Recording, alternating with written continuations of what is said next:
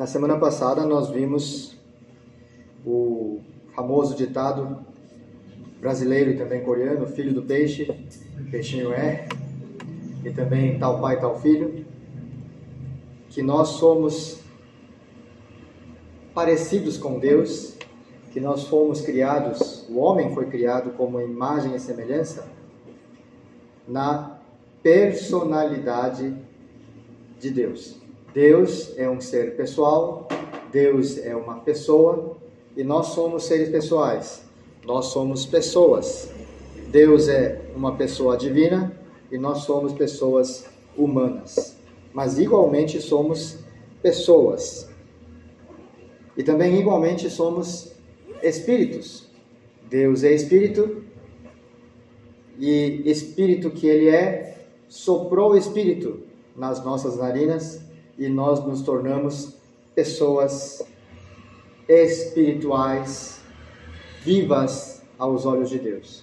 Como Deus é pessoa, como Deus é espírito, Ele considera um ser pessoal e ao mesmo tempo um ser espiritual como vivas. Então, se o nosso espírito morrer, mesmo que a nossa carne esteja se movendo, mesmo que nós sejamos vivos biologicamente, nós não somos vivos aos olhos de Deus. Essa é a morte que Deus decreta pela infidelidade da aliança. E é sobre isso que nós veremos hoje. Irmãos, o homem, que é pessoa e que é espírito, que é o ser vivente aos olhos de Deus, foi criado para ser muito bom e muito feliz, estando com Deus, participando na obra criacional de Deus, participando na obra providencial de Deus, participando no descanso de Deus. Ou seja, enquanto nós participamos nas coisas de Deus, o ser humano é muito feliz aos olhos de Deus. Então isso é para construção, isso é para edificação do reino de Deus, de uma civilização, de uma cultura chamada reino de Deus. E Deus, no texto de hoje, nos manda, em Gênesis 2, nos ordena para que nós criemos, para que nós edifiquemos, para que nós desenvolvamos a cultura do reino de Deus, a cultura de Deus. Isso aí está desde, na verdade, o final de Gênesis 1. Gênesis 1, versículo 28, alguns versículos para trás. E Deus os abençoou e lhes disse: sede fecundos, multiplicai-vos, enchei a terra, sujeitai-a, dominai sobre os peixes do mar, sobre as aves dos céus e sobre todo animal que rasteja pela terra. Então, o verbo traduzido aqui como sujeitar a terra, dominar a terra, é explicado de uma forma mais detalhada em Gênesis 2, em especial do versículo 15. Gênesis 2, 15 diz assim, que é o texto de hoje. Tomou, pois, o Senhor Deus ao homem e o colocou no jardim do Éden para cultivar e guardar. Então, sujeitar a terra, dominar a terra é cultivando e guardando as coisas da terra que Deus criou. Vejam, irmãos, da palavra cultivar é que nasceu a palavra cultura. E também em português nasceu a palavra culto. Então, o culto e a cultura vêm dessa ordem de Deus para cultivar as coisas de Deus, para guardar as coisas de Deus. Então, por exemplo, ecologia e cristãos têm tudo a ver, tá vendo? Os cristãos cientes dessa ordem de Deus, de cultivar e guardar, ele tem que cuidar como Deus cuida todas as coisas que ele criou. Então, mais uma vez, como nós falamos na semana passada, o homem foi criado não para comer todas as coisas que já estão no jardim e fazer nada.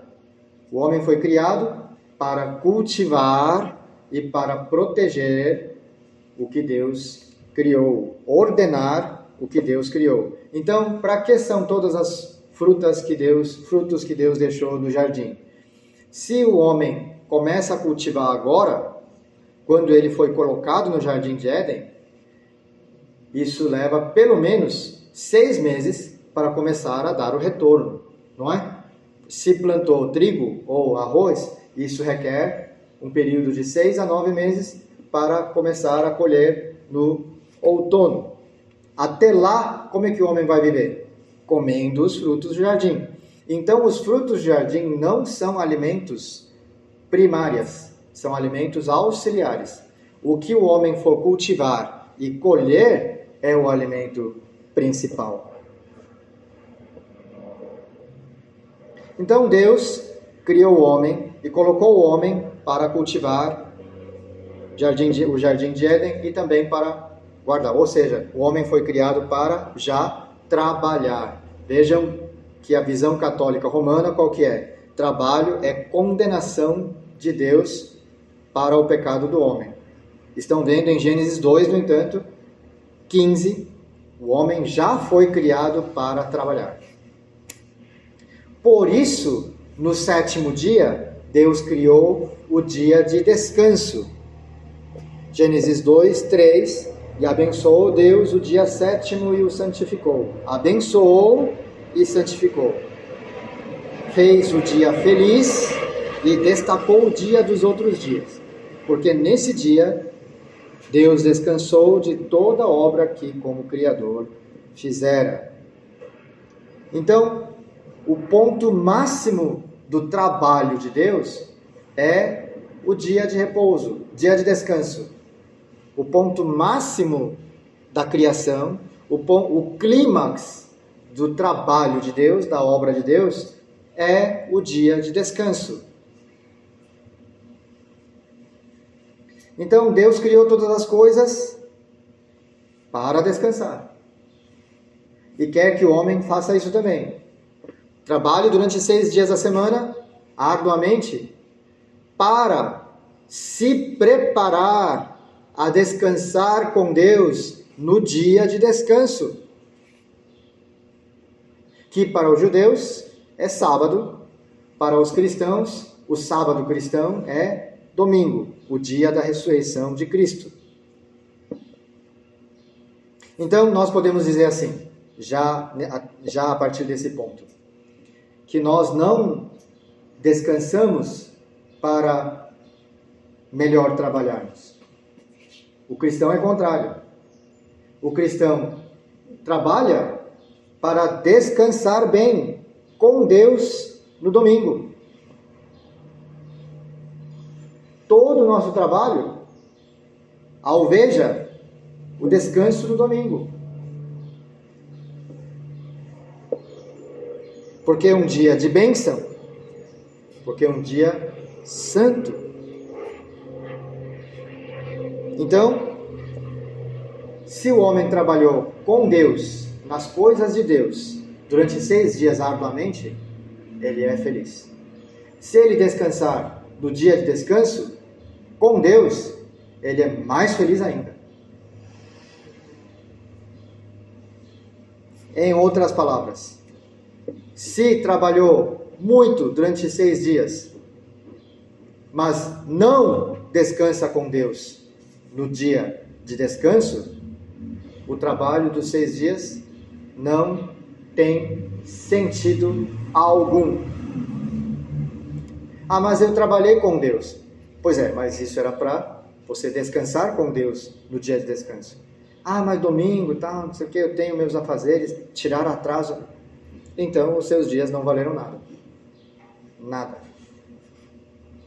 Tem que descansar com Deus. Ah, eu só quero descansar com Deus e não quero trabalhar. Pior ainda, né? Pior ainda.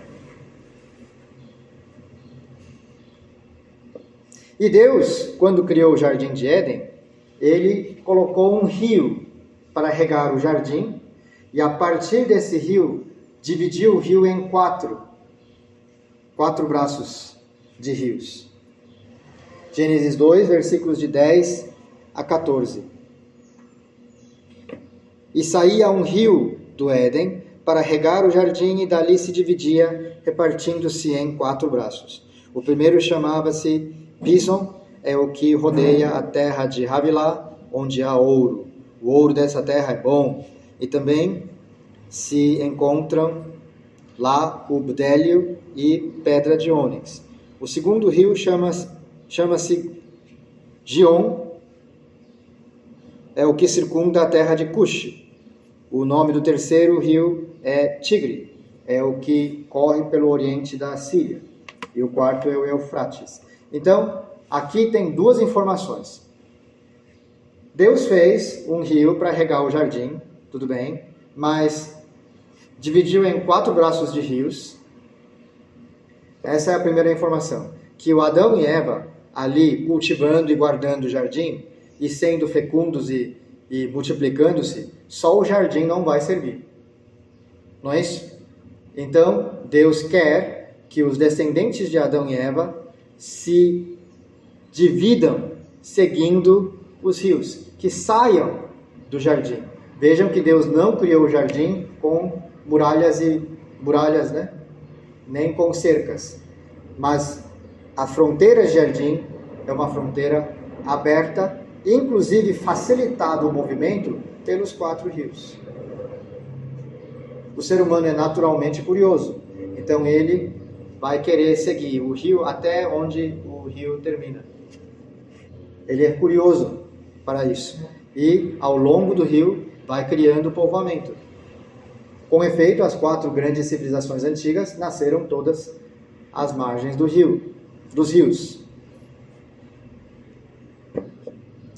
E, segundo a informação, é que do primeiro rio chamado Pison, que hoje em dia não existe mais, provavelmente por causa do dilúvio, é o que rodeia a terra de Havilá, onde há ouro, e ouro muito bom. E também haviam mais 2 joias, bdélio e ônix. Então, o que Deus quer que o ser humano, que a humanidade faça?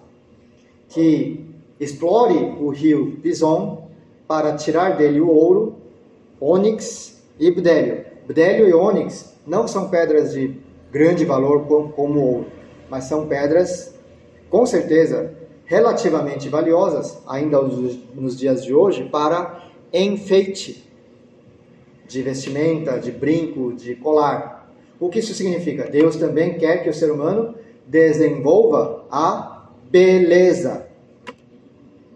Desenvolva a beleza.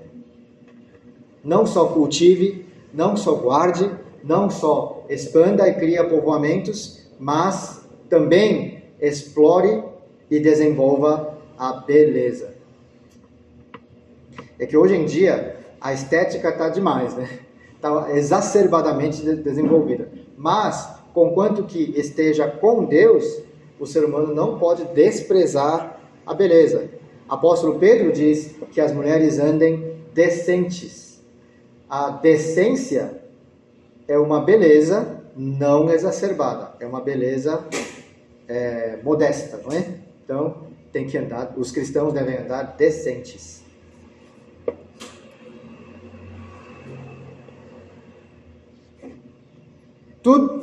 Então, tudo isso, o homem tem que fazer. Tem que cultivar, guardar, sujeitar, dominar, seguir os rios e desenvolver a civilização e a cultura. Tem que explorar o ouro para ficar rico, tem que explorar bdélio e ônix para desenvolver a estética. Tudo isso. E guardar o jardim contra os ataques do inimigo.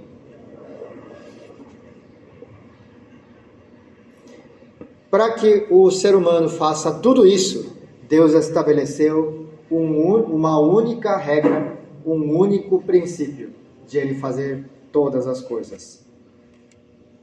que é o texto de hoje.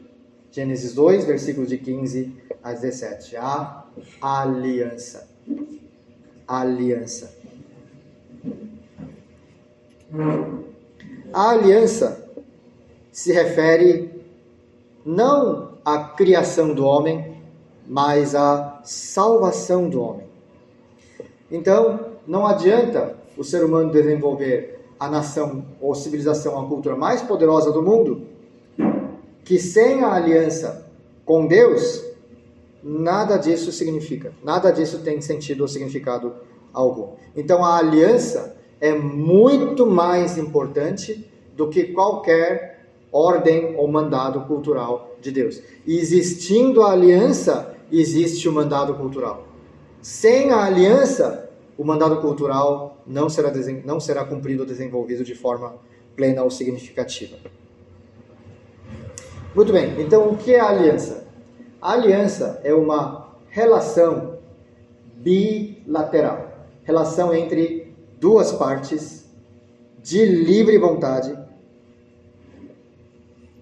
que traz privilégios e obrigações. Uma parte para com a outra, e mutuamente. Então, falando fácil, duas partes da aliança se comprometem a fazer o seguinte: se você fizer isso, eu te faço isso. Se eu faço assim, você também tem que fazer isso para mim. É isso. Por isso a aliança, em português, tem outra palavra, pacto. É um pacto. Esse é o versículo 16, 17 do texto de hoje. O Senhor Deus lhe deu esta ordem: de toda a árvore do jardim comerás livremente. Ou seja, se você é fiel à aliança para comigo, você pode comer todos os frutos que eu criei. Todos os frutos. Mas se você não for fiel à aliança, se você comer da árvore do conhecimento do bem e do mal, você certamente vai morrer. Mas essa morte é a morte aos olhos de Deus. Ou seja, o seu espírito vai estar destacado de mim, seu espírito vai morrer, assim como o plugue fora da fonte. Você vai morrer. Né? Aliás, é uma boa figura aqui, o ventilador, né? Ventilador, enquanto estiver plugado, enquanto estiver ligado, ele vai girar, certo? Quando for tirar da tomada, ela para imediatamente? Não, ela vai ficar movendo até um certo tempo que para definitivamente, não é? Então, a vida biológica do ser humano é isso. Ele morreu, ele já foi tirado da fonte, ele já foi desligado de Deus, só que continua a se mover. Isso é vida biológica do ser humano, mas o espírito dele já foi desligado. Se comer o fruto da árvore do bem e do mal, se for infiel à aliança, sendo infiel à aliança, certamente será desligado da vida, da fonte da vida. E como nós já vimos, do que o ser humano não deve fazer é uma coisa impressionante, incrivelmente fácil. Você tem milhares e milhares de frutos no jardim. Só não coma esse fruto. Tem coisa mais fácil do que isso? Não existe. Para ser difícil, o que teria que ser? Não coma nada. Nenhum fruto. Só come esse. Aí é mais difícil. E isso é mais impressionante ainda, mais maravilhoso ainda, porque são termos da aliança. É uma condição super, hiper fácil de cumprir, e em fazendo essa coisa super, hiper fácil e leve, você tem aliança comigo. E tomando o fruto da árvore da vida, você vai obter a vida eterna pelo seu ato. por essa obra tão simples e fácil de fazer. Veja que a salvação estava super acessível. A salvação para Adão e Eva estava ali no alcance da mão. Uma coisa muito fácil de fazer, fácil de cumprir. Mas Adão e Eva permaneceu nesse status de fidelidade da aliança simples e fácil? Não. O homem foi infiel à aliança. Por que ele foi infiel à aliança? Porque ele foi forçado a ser? Não. Ele quis ser infiel à aliança. Ele quis. Ele quis acreditar na mentira que Satanás conta. O que Deus disse? Se você for comer, certamente morrerá. O que Satanás disse para Eva? Você não morrerá. Então aí tem duas hipóteses na frente. Deus disse que não vai morrer. Deus disse que vai morrer. Satanás disse que não vai morrer. Aí tem que pensar. Deus sempre disse a verdade para nós. Deus é o nosso Criador. Então, a palavra de quem seria mais certo? A palavra de Deus. Satanás não é Criador. Satanás é tão criatura quanto Eva e Adão. Então, o que Satanás está dizendo, talvez não seja mentira, mas no mínimo é engano de Satanás. E outra coisa, Deus não fez animais falantes, como Nárnia. Deus não fez animais falantes. No Jardim de Éden, Deus já fez animais não falantes. Só que a serpente está falando. Então, no mínimo, a Eva deveria suspeitar como é que a serpente consegue falar. Mas não suspeitou. Achou legal. Pô, que legal, agora você sabe falar.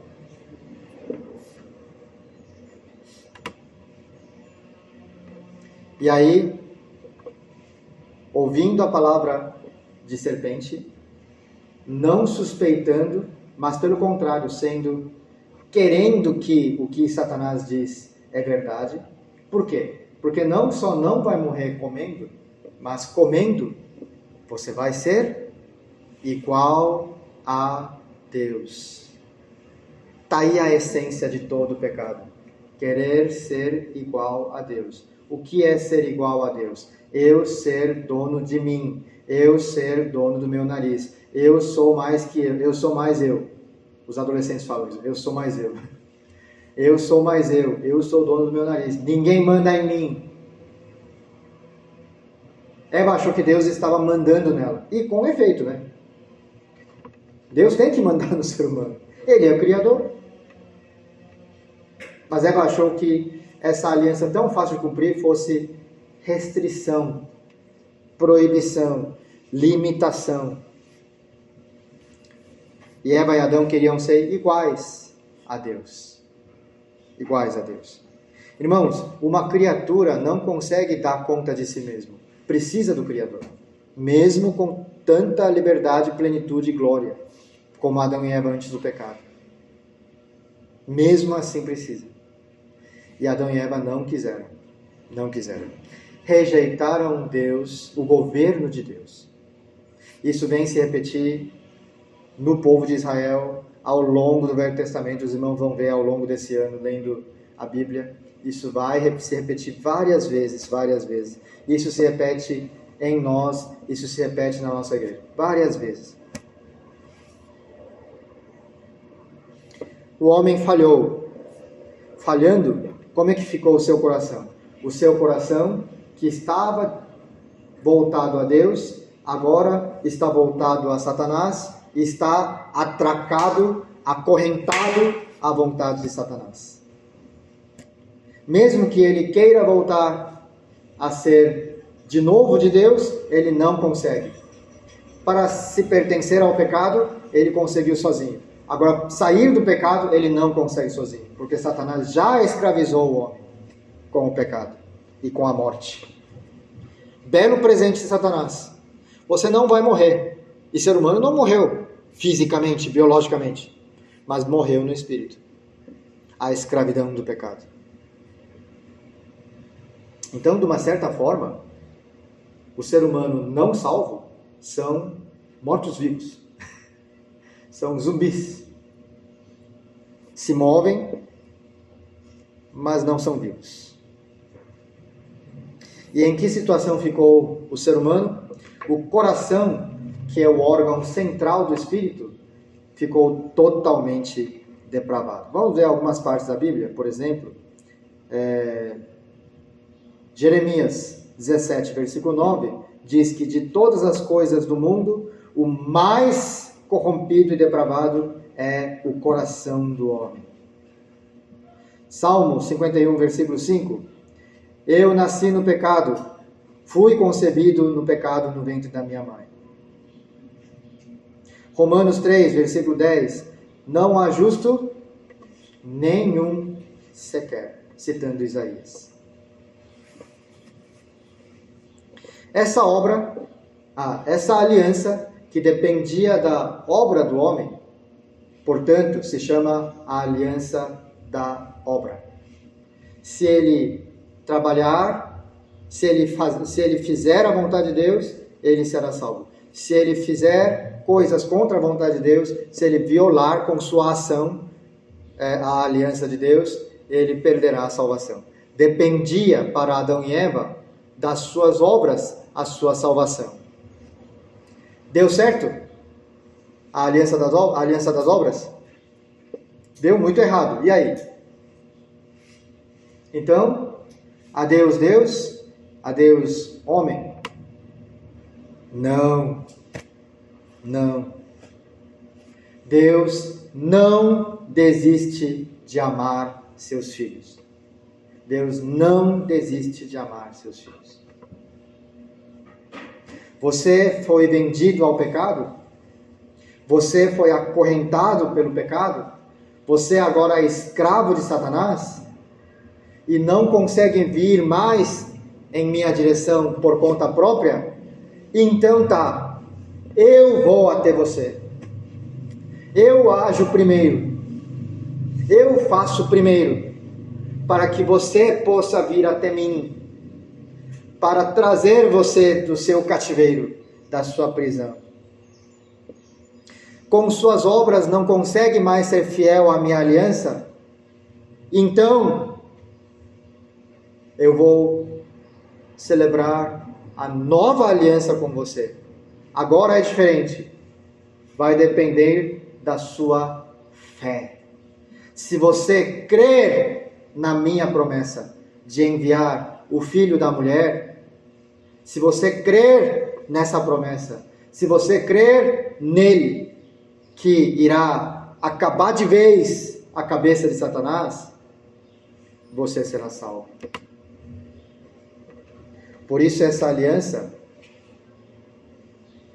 que não é por obra nenhuma do homem, não é pela escolha nenhuma do homem, se chama a aliança da graça. A nova aliança, a aliança da graça. Então, desde que o ser humano pecou, o que vale agora é a aliança da graça para a nossa salvação. Gênesis 3:15, vamos ler todos juntos? Avançando alguns versículos pela frente aí. Gênesis 3:15, vamos ler juntos? Porém, inimizade entre ti e a mulher, entre a tua descendência e o seu descendente. Este te ferirá a cabeça, e tu lhe ferirás o calcanhar. Então, o descendente, veja aqui em singular, o descendente, o filho da mulher, vai ferir a cabeça da serpente. O que acontece se ferir a cabeça da serpente? A serpente morre. Mas antes, serpente já vendo que será pisoteada a sua cabeça, vai tentar ferir o calcanhar do filho da mulher.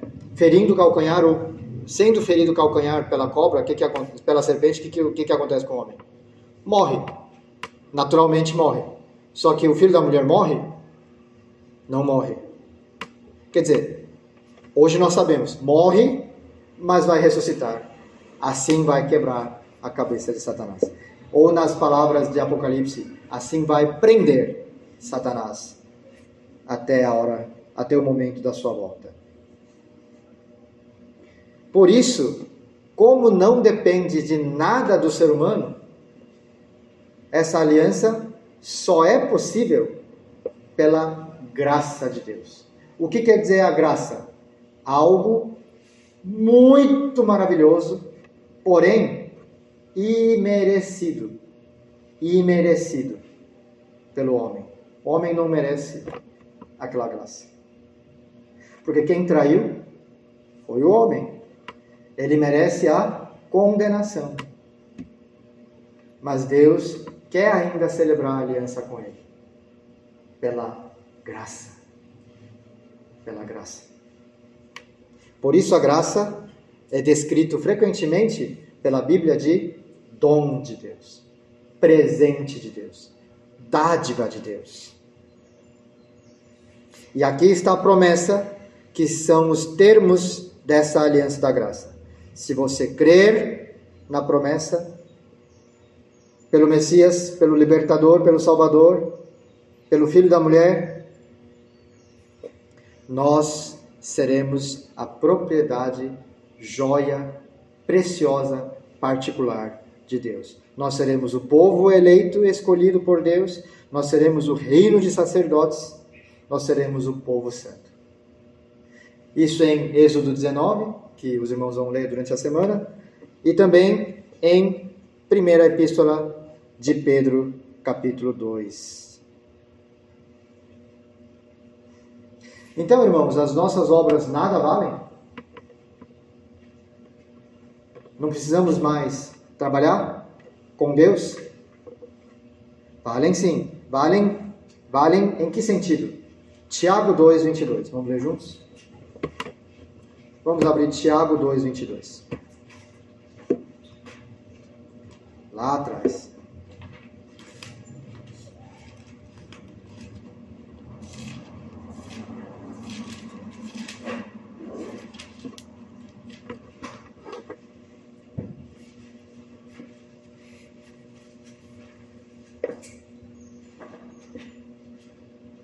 Tiago 2, 22.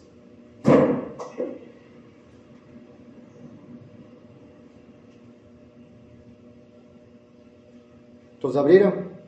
Vamos ler juntos? Diz assim, ó. Vês como a fé operava juntamente com suas obras? Com efeito, foi pelas obras que a fé se consuma. Então, o que quer dizer? A fé é primeiro. A fé é primeiro. A fé produz obras e as obras comprovam a fé. As obras são a realização da fé. São a execução, o cumprimento, a consumação da fé. Então, pelas obras, a fé se prova. Muito bem. E o que é a obra da fé? Tanto o apóstolo Paulo quanto o apóstolo Pedro dizem que a maior obra da fé, maior dom espiritual que recebemos pela fé é o amor. Então, pelas obras de amor, a fé se comprova. E o que são essas obras de amor? Apóstolo João, na 1 João, diz: falar coisas brandas e também ajudar com o recurso quando tiver para ajudar. E morrer pelos irmãos. A obra de amor provam a nossa fé. Porém, a fé sem a sabedoria, sem amor, as orações, as consagrações, os cultos, sem fé, sem amor, sem sabedoria, nada valem. Nada valem além da barganha. Vem para o culto para que tal coisa da vida seja resolvida. Ora para que tal coisa seja resolvida na vida. Sem necessariamente que com essa oração discernir onde está o propósito de Deus. Isso não está interessado, porque é mais difícil. Por que é mais difícil? Porque isso provém através da leitura e do ouvir da palavra de Deus, que nos faz pensar, e pensar é difícil. Pensar é incômodo. Essas coisas, deixo de lado, só quero que tal coisa da vida seja resolvida. Não peço muito, afinal de contas, quero uma vida tranquila, quero uma vida saudável, quero uma vida suficiente de recursos materiais. Não é isso que todos nós queremos? Mas é isso que Deus quer? Às vezes sim, às vezes não. O mais importante que Deus quer é o quê? Sejamos nós fiéis à aliança de Deus. Sendo fiéis à aliança de Deus, sermos usados por Deus, como o povo de Deus, como a igreja de Deus. Palavras, presentes, sem amor, valem alguma coisa? Não vale. Não vale. Se é assim entre nós, imagine com Deus. Mas só podemos ser, notemos, só podemos ser fiéis à aliança por através do Filho da mulher, Jesus Cristo. Em Hebreus 8, versículo 6, diz que Jesus Cristo agora tem o mais excelente ofício, pois ele é o mediador da melhor aliança, a aliança celebrada pela melhor promessa. Irmãos, nós que fomos salvos por ouvir o Evangelho de Jesus Cristo e crer nele, estamos na nova aliança. Nessa nova aliança, a aliança da graça. Crendo em Senhor Jesus Cristo, que veio primeiro, que nos achou das trevas e que nos edificou, como João 15,16 diz. Ele nos amou primeiro, para que nós possamos amá-lo. Ele nos se fez conhecer primeiro, para que nós possamos conhecê-lo. Ele nos convidou para a sua obra, para que nós possamos participar na obra dele, que é edificar o corpo espiritual de Cristo, a igreja, como o povo de Deus, sendo feliz, muito feliz com ele, nesse amor e nessa graça. Amém?